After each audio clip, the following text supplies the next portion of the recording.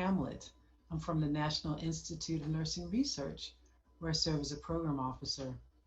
Welcome to the Grant Writing for Success seminar. I hope to provide you with some tips and tricks and some resources that will help you to make the best application you possibly can. So let's dive in. Here's an overview of what we'll be discussing today. We'll talk about the importance of planning early. We'll talk about applying for the right opportunities, contacting appropriate program staff and doing that early, presenting ideas clearly, and we'll also talk about what to do after the review is over. This slide shows the grant life cycle. You'll see that starting from the top right, from the planning phase, all the way to the end of the circle, the share results phase, is a lengthy one. It can take several months, even after submitting your application, to go through review and then post-review, etc. What we'll be talking about mostly today is the process of going from the planning phase to the apply phase. And keep in mind that just that portion of this circle can take at least 8 months. So starting early is a very, very good idea.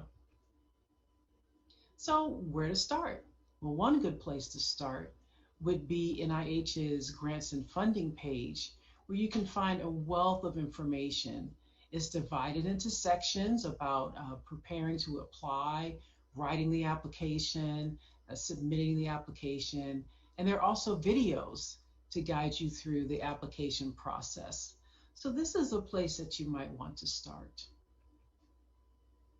Well, that's nice, but you also need to know, what are you applying for? Which opportunities are you applying for, and are they the best ones that best align with your research project? A very helpful way to find that out is to use NIH's NIH Reporter site. This site provides a wealth of information, tons of data, and we love data, that can help you find, for example, which institutes are funding what? What topics are they funding? Who is being funded for a particular research in a given area? You can see funding trends, you can see success rates. Opportunities for information here are almost limitless. A really important feature that I'll talk a little bit more about later is the matchmaker function. You can see that on the slide. It has a yellowish heading above it. This is a tool that you can use to find program officers or find similar projects. Again, we'll talk about this a little bit later in the talk. Another very helpful resource is the NIH Guide to Contracts and Grants. This is another helpful resource that NIH uses to publish policy updates, funding opportunity announcements. You can get weekly updates. In fact, I encourage you to sign on to their listserv so that you can get a weekly table of contents to know the very latest and greatest regarding new funding opportunities and new policy guidelines. Another thing I want to share with you that I hope will be helpful, you'll see when you look through the guide, is a veritable plethora of NIH acronyms around funding opportunity announcements. I wanted to walk through some of the common ones you might see. The first is the RFA, Request for Applications. These are particularly special because they have funds set aside for them. They typically have a special receipt date or due date, and they have a special review panel. You'll also see PAs, PARs, and PASs. These are all iterations of the program announcement, or PA. The R designates a special receipt date or special review criteria. The S typically stands for set aside funds for a particular program announcement. You'll also see the parent announcement. This is the one that many people are most likely familiar with. They're the ones that are the investigator-initiated funding opportunity announcements and are typically activity code specific. So for example, the R01, the R03, etc. Another type of funding opportunity that you're likely to find that's not on this slide is the Notice of Special Interest, or NOSI. NOSIs have actually been around for a while, but they're in much more common use these days.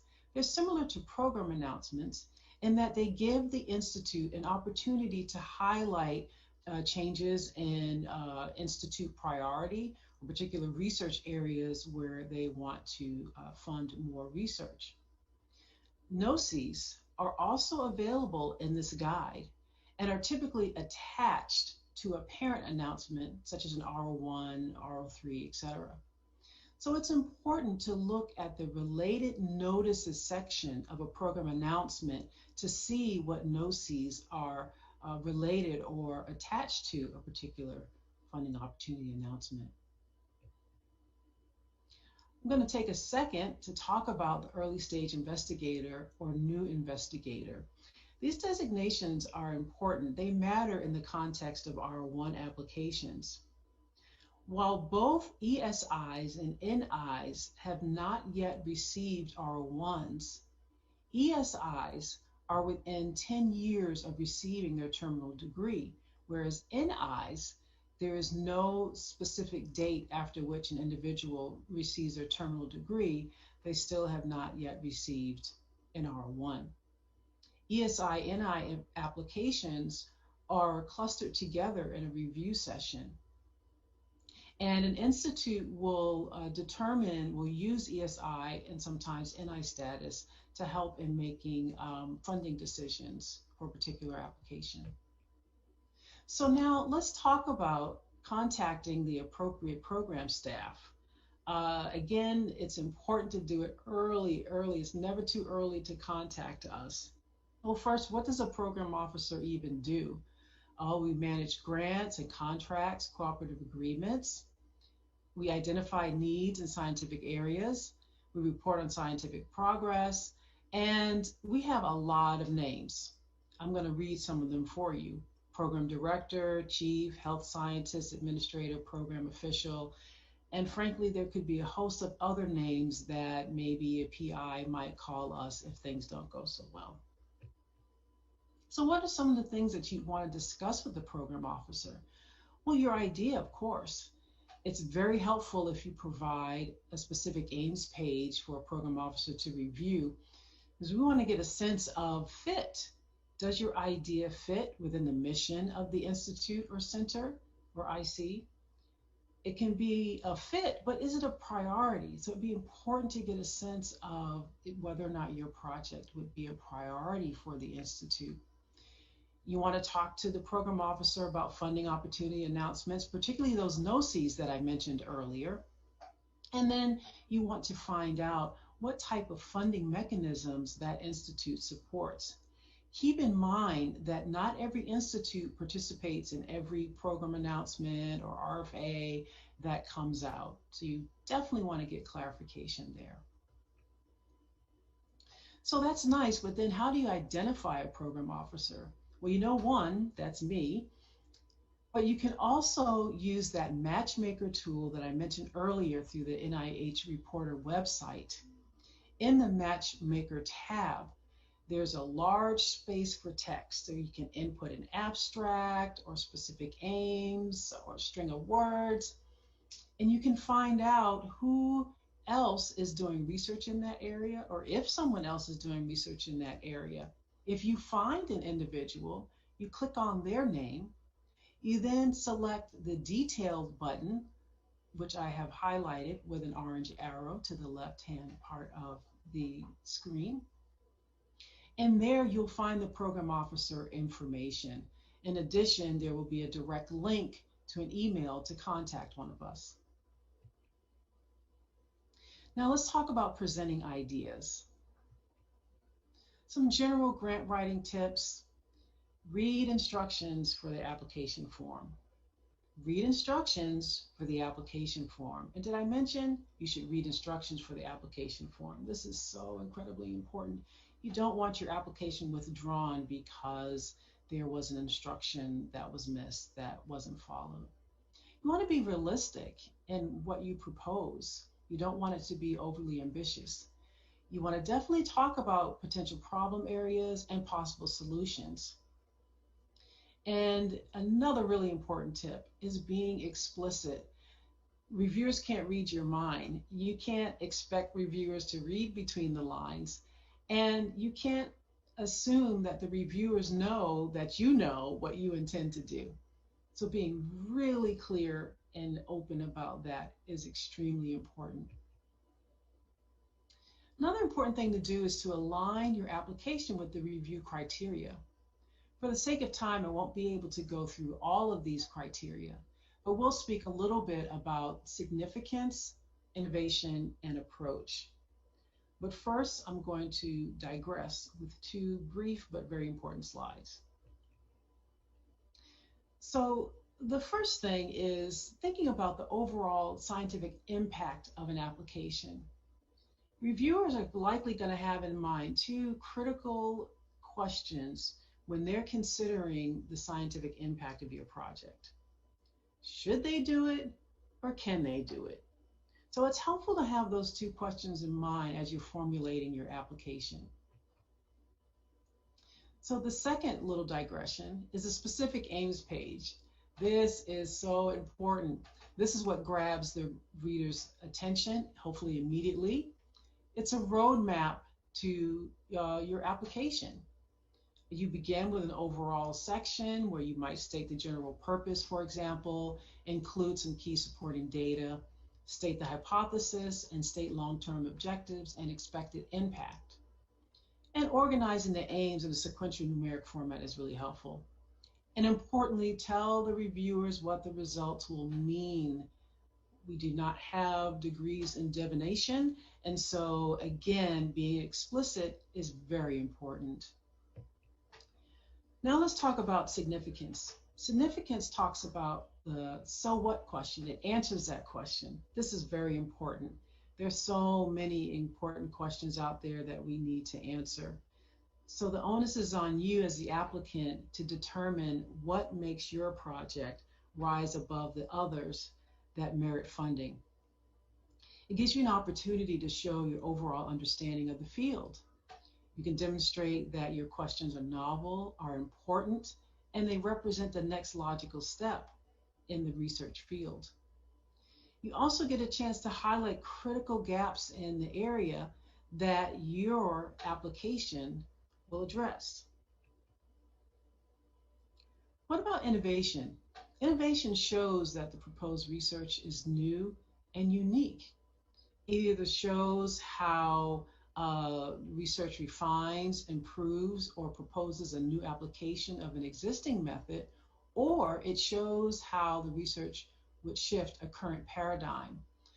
If you're going down the paradigm shift road, you will need to make a very, very compelling case so that reviewers will buy in and believe that, in fact, what you are proposing could be paradigm shifting and quite significant. Regarding preliminary studies can certainly help your application, strengthen your application. What it does is shows that you have the available resources. It shows that you know the methodology, you know how to do it. It shows whether or not your project has potential impact. And the preliminary data can be qualitative, it can be quantitative.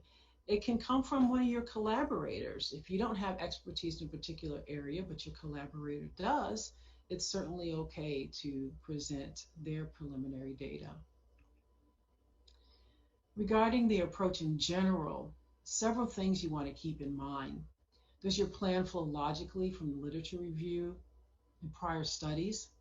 How will each hypothesis be tested? Do your measures capture the variables needed to test the hypotheses? Why did you choose those measures in the first place? Methods and analyses must match. And you might want to consider organizing each aim in the same way. As an example, starting with the rationale, then the experimental approach, anticipated problems, and then alternative solutions. Regarding the approach for clinical studies, you'd want to include in the research strategy the overall strategy, the methodology, and the analyses. Any other information regarding the protocol, human subjects information, etc., needs to go in the special human subject and clinical trials information form section. Now let's talk about the hallmarks of an outstanding grant application. A lot of this will probably look familiar to you, and you've likely heard it before. A good application has strong significance, high degree of novelty and innovation, strong track record of the PI and collaborators, the rationale is clear, preliminary data are relevant and supportive, the approach is clear in focus and can yield unambiguous results, and there's careful attention to details such as spelling, grammar, etc. You can probably imagine what the next slide is going to be about. And this is a good time to mention to you a little strategy that I have that I use with PIs when I'm talking to them about what are some ways to write a good application. And that is what I call the Reviewer Distraction Mitigation Index. This idea exists only in my mind, but I envision an algorithm using machine learning and natural language processing into which you can feed your application, and what it will spit out is not only areas of distraction, but the intensity of that distraction, so that you'll know where you need to focus your efforts to lessen the distraction index. So here we go with some common weaknesses in applications that don't fare well. The impact is weak. You want to try to avoid descriptive and incremental projects. The application can be too ambitious, but it could also lack focus. There could be too many unrelated aims, or conversely, the aims are dependent on each other. The hypothesis or rationale are unclear. There's not evidence of sufficient expertise to carry out the project. There's no evidence of feasibility, meaning, can it be done? Remember those questions we talked about. Can they do it? Should they do it? The approach is flawed, and there's no discussion of pitfalls and alternative solutions. And the writing is poor with lots of errors, small figures, and it's densely packed. As a matter of fact, the last point is really an important one. Admittedly, poor grammar, etc., are not review criteria in and of themselves.